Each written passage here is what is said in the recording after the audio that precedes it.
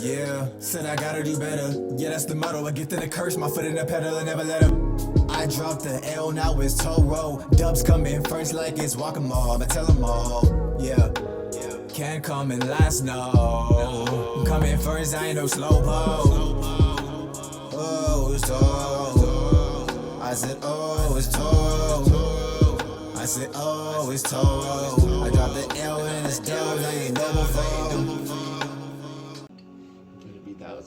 To be honest with you. So it's funny that we're talking about money today, because in my sociology class we were talking about, in our discussion board, the financial gap and what people ideally think it is, the gap, or like basically the upswing from poor to middle class to top 1%.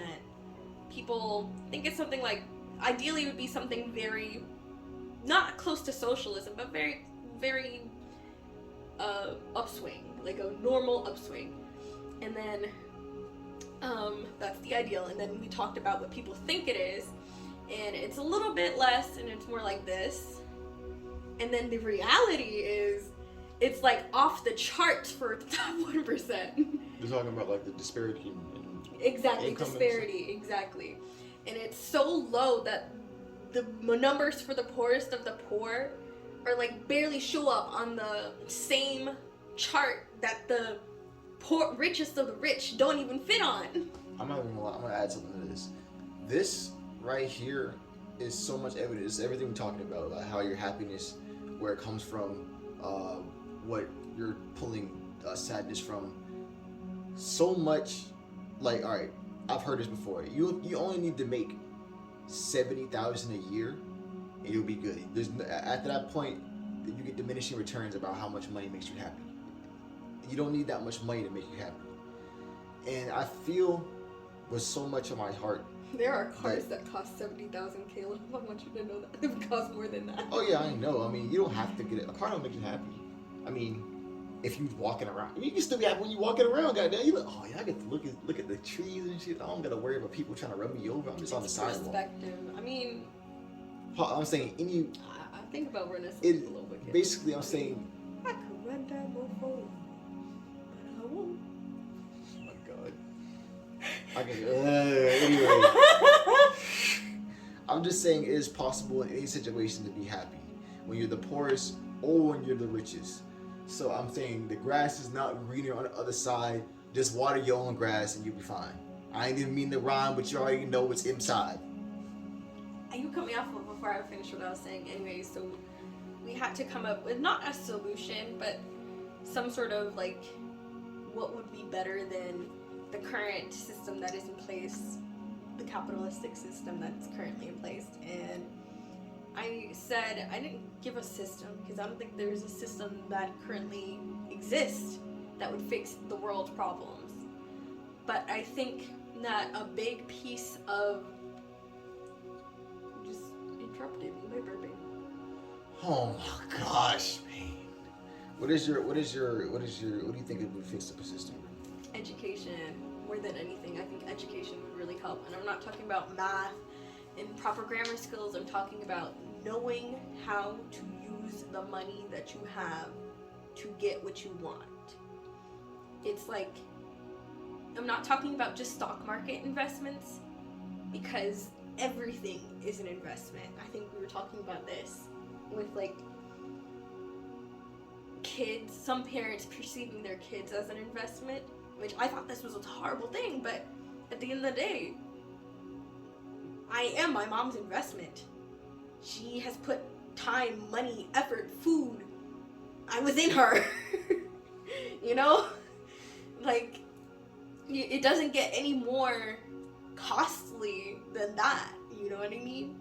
So at the end of the day, I am her investment, and she's looking for the return to come in when she's old and she can't take care of herself anymore. But I think what people really struggle with, specifically like working class, blue collar people, is investments. And I think what's so scary about investments is that it takes time. Like, for instance, my insurance job, let's go back to that, because that's something that's real for me that I'm going through right now. it has been a very long time for this background check to go through, and it's still not done. And a lot of people would have quit and got a job at McDonald's and moved on with their life. But like I know the amount of money that I will make will come back like 10 fucking fold. So I'm confident. I believe that my investment will return. Because I've seen it happen with other people. I've seen the people who are successful. I've talked with people who are successful in the same business as me, who live in the same area as me. So it's not, oh, it's this person in California who has blah, blah, blah, and support and blah, blah, blah. It's the same people. It's just you knowing when to invest into something, your time and your money and your energy into something, knowing when to not. And I think a lot of working class people don't have the extra time, the luxury. Like, for instance, like if you have a passion about beauty and you want to go to beauty school, and you have a passion about hair and makeup and nails, it's a 6 to 11 month course, and a lot of people don't have the time for that, not much less the money. So they can't follow their passions. But if they, I don't know, I don't want to say play their cards, right? Because there are a lot of different situations out there that honestly don't explain everything. I just think it's be mindful of what you're doing and do your best to use what you already have. Yes. Like, maybe you don't want to live with your mom for another year, but you know if you live with your mom for another year, you can go to beauty school and pay it off pocket for beauty school and not have to worry about any bills or something like that. Yeah, that's something. Like, I hear what you're saying. Like, I definitely agree with the whole knowledge thing being probably the most important thing that would help out everybody. And I like the money thing. I don't know. I always equate everything, the root of everything.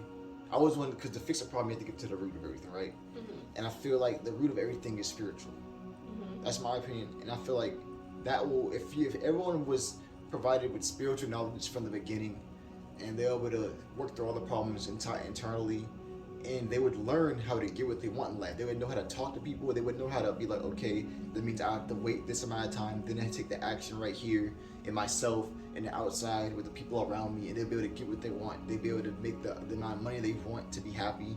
So that's interesting that you mentioned that, because I think we talked about this before, where I felt that a lot of the rich people in the world, a lot of the successful people in the world, were already on this spiritual bandwagon like 10, 20, 30 years ago.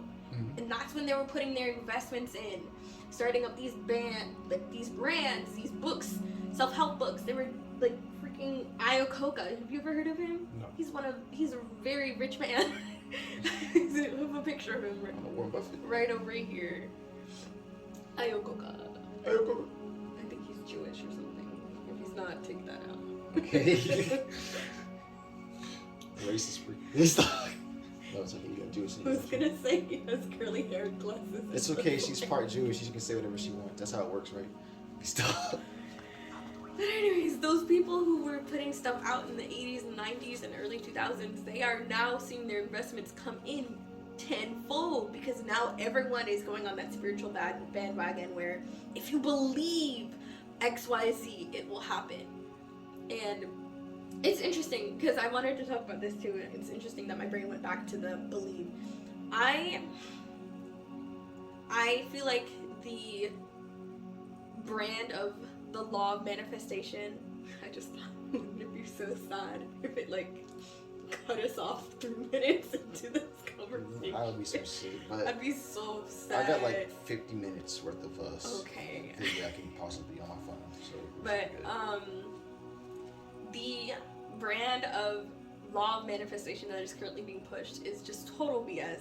It just is, if you sit down and close your eyes and pray about it and think really hard, good things will happen to you, and you don't have to lift a finger, you don't have to do anything.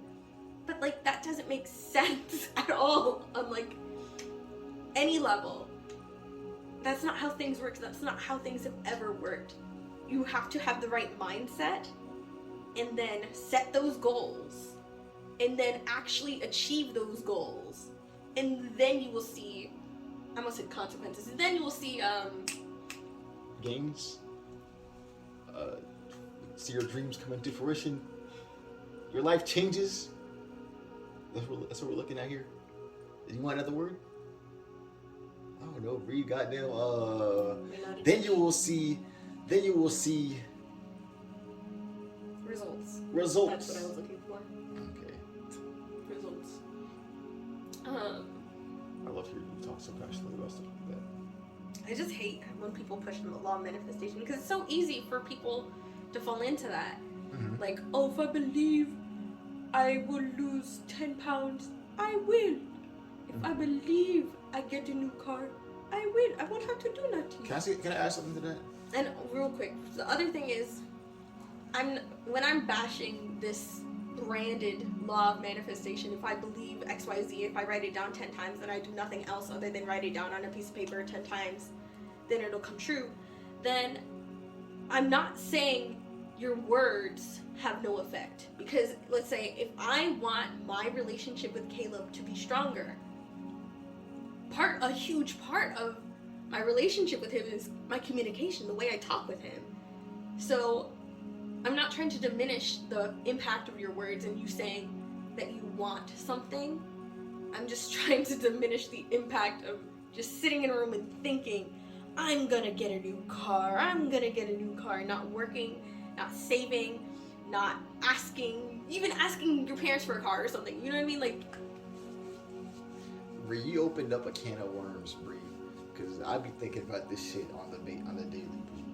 Hold on, let me see if I can get in my bag real quick. All right. So I completely agree with what you're saying. Like, it's so many levels to this right here. So it's like the whole part of just thinking about something is the start. Because all right, for one, a lot of people struggle with confidence.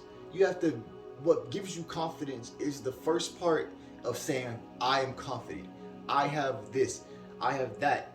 Like, all right, you have to speak it into with the affirmations. That's the one part of the manifestation. All right, let's say you start, okay, that doesn't work. I keep saying I'm confident. It doesn't to correct you, I would say your manifestations are part of bringing something into fruition. Mm-hmm. And I think that it can be, how can I say this? I think that you can see it. You have the choice to either see it as spiritual, whether it is an agnostic or pagan view, or a Christian view, because either way that you're giving that power. Or you have the way to look at it from a secular view, where you're looking at it as, if I think blah blah blah, like it's like almost like a process, like the scientific method. Like if I think, I do, I get. Yes, I like how you added in religions and like all right, you don't gotta be some hippy dippy dude. You could be Christian, you could be agnostic, you could be magical, like whatever you want. You could be atheist. It's just a law of life, honestly, I feel. But like I was saying, like, all right, you're saying first part is affirmations. I'm confident. You're still running into problems with your confidence. What is going to make you confident? What qualities do you have to develop with yourself that's going to make you confident? For example, what are you confident about? Your skills? If you're not practicing your skills, like she said, you have to do. If you're not practicing your skills in something, it's not gonna have an effect. Like I'm saying, like it might make you be like, okay, what I have is gonna work. That you actually have the chance to believe in yourself. But if you don't have the actual physical ability to do whatever you're trying to do in the first place, believing in yourself is only gonna get you so far. It's like I wanna use the car analogy. Like, all right, let's say you have your belief, your affirmations that I'm confident is your V8 engine. All right, you're gonna drop that into a flimsy ass frame of a person who did not work on a person. How am I supposed to do it first? Just stick with the car now. Stick with the car. All right, we'll stick with the car. We're gonna put it in a flimsy frame. We're gonna put it in a bicycle. Goddamn, 2 wheels. Please tell me, how do you expect to be able to control, be able to work and not fall apart when all you have is this power with no type of ability to use the power? That's really interesting because I feel like for working out specifically with me, I'm waiting for the time to be right. And with you just saying that, like I feel like my bike, I'm putting the effort into the wrong frame.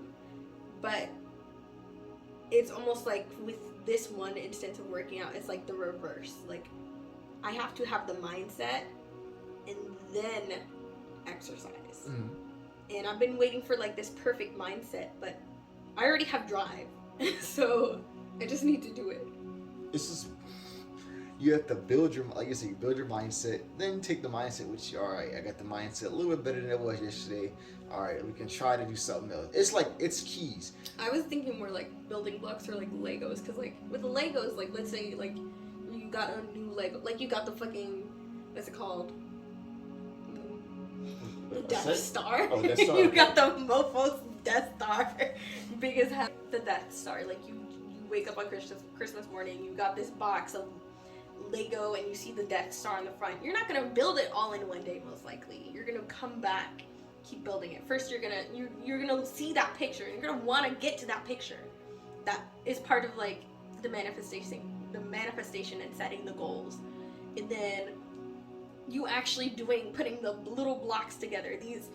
This block A goes with block C, and X, Y, and when you're doing all of that, that's the action happening. Oh yeah! Motherfucker, you just made it to the end of the video. Just wanted to say, guys, right to my right here, you got another video on my channel. Go watch that. What you got right here, another video on my channel. Go watch that one. What you got here in the middle right here, you got some links to my music channel and my regular channel. Give me a follow. You already know what's going on. Yeah, come back for more. Thank you. I'm out here. Like I said, heart of a bull. We out, Toro.